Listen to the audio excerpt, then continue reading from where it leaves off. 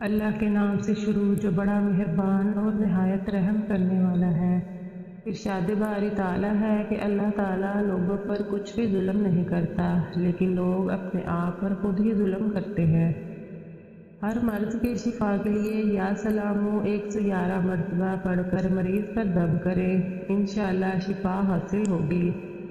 نبی کریم صلی اللہ علیہ وآلہ وسلم نے ارشاد فرمایا کہ جو شخص 100 مرتبہ یہ پڑھے سبحان اللہ و بحمدہ، تو اللہ سبحانہ تعالیٰ اس کے گناہوں کو معاف کر دے گا۔ سورۃ القدر اور سورۃ الکوثر کو 3 بار پڑھ کر دم کر کے شوگر یا بلڈ پریشر کے مریض کو پلا دے، انشاءاللہ شفا حاصل ہوگی۔ عمل افطاری کے وقت اس عمل کا اہتمام آپ کے رزق میں بہت زیادہ کشادگی اور بہتری کا سبب ہوگا۔ معاشی مشکلات کی تنگی اور گھریلو پریشانیوں میں گھرے افراد کے لیے یہ عمل بہت مجرب ہے۔ اول و آخر طاق تعداد میں درود شریف پڑھیں اور 11 مرتبہ سورۃ مائدہ کی آیت نمبر 114 پڑھ کر آسمان کی طرف منہ کر کے پھونک ماریں اور اللہ پاک سے دعا مانگیں۔ رسول اللہ صلی اللہ علیہ وآلہ وسلم نے ارشاد فرمایا، جو شخص روزے کی حالت میں بھول جائے، کچھ کھا لے یا پی لے تو وہ اپنا روزہ پورا کرے، توڑے نہیں، کیونکہ اس کو اللہ تعالیٰ نے کھلایا اور پلایا ہے۔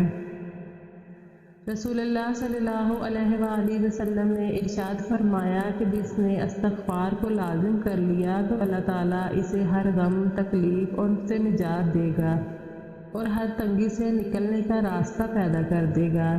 اسے ایسی جگہ سے رزق عطا کرے گا جہاں سے اس کے وہم و گمان میں بھی نہ ہوگا۔ یہ تھا آج کا وظیفہ اور کچھ اچھی باتیں، تو آپ چینل کو سبسکرائب کریں اور اپنی رائے کا اظہار کریں۔ تو چلتے ہیں اپنے ٹوٹکوں کی طرف۔ دوستو، سرسوں کے تیل کے چند قطرے آنکھوں پر لگا کر رات کو سوتے وقت مالش کریں، اس طرح نظر کبھی کمزور نہیں ہوگی۔ سحری میں املی والا پانی استعمال کریں، سارا دن پیاس نہیں لگے گی۔ رات سوتے وقت 7 بادام چھیلے ہوئے ہمراہ 1 ٹکڑا مصری کے کھا لیے جائیں تو نظر تیز ہو جاتی ہے۔ بواسیر کے مریضوں کو گوبھی کے پتے سلاد کے طور پر استعمال کرائیں۔ اناناس کا شربت پتھری کو خارج کرنے میں مدد دیتا ہے۔ کھانے کے بعد تھوڑا سا نمک چاٹ لو، اس طرح بدہضمی نہیں ہوگی۔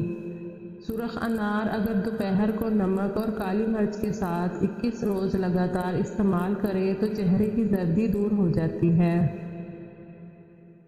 پستہ دل کو مضبوط بناتا ہے، یادداشت بہتر اور دماغ کو قوت دیتا ہے۔ پستہ آپ کے معدے کو طاقت دیتا ہے اور گردوں کو صاف رکھتا ہے۔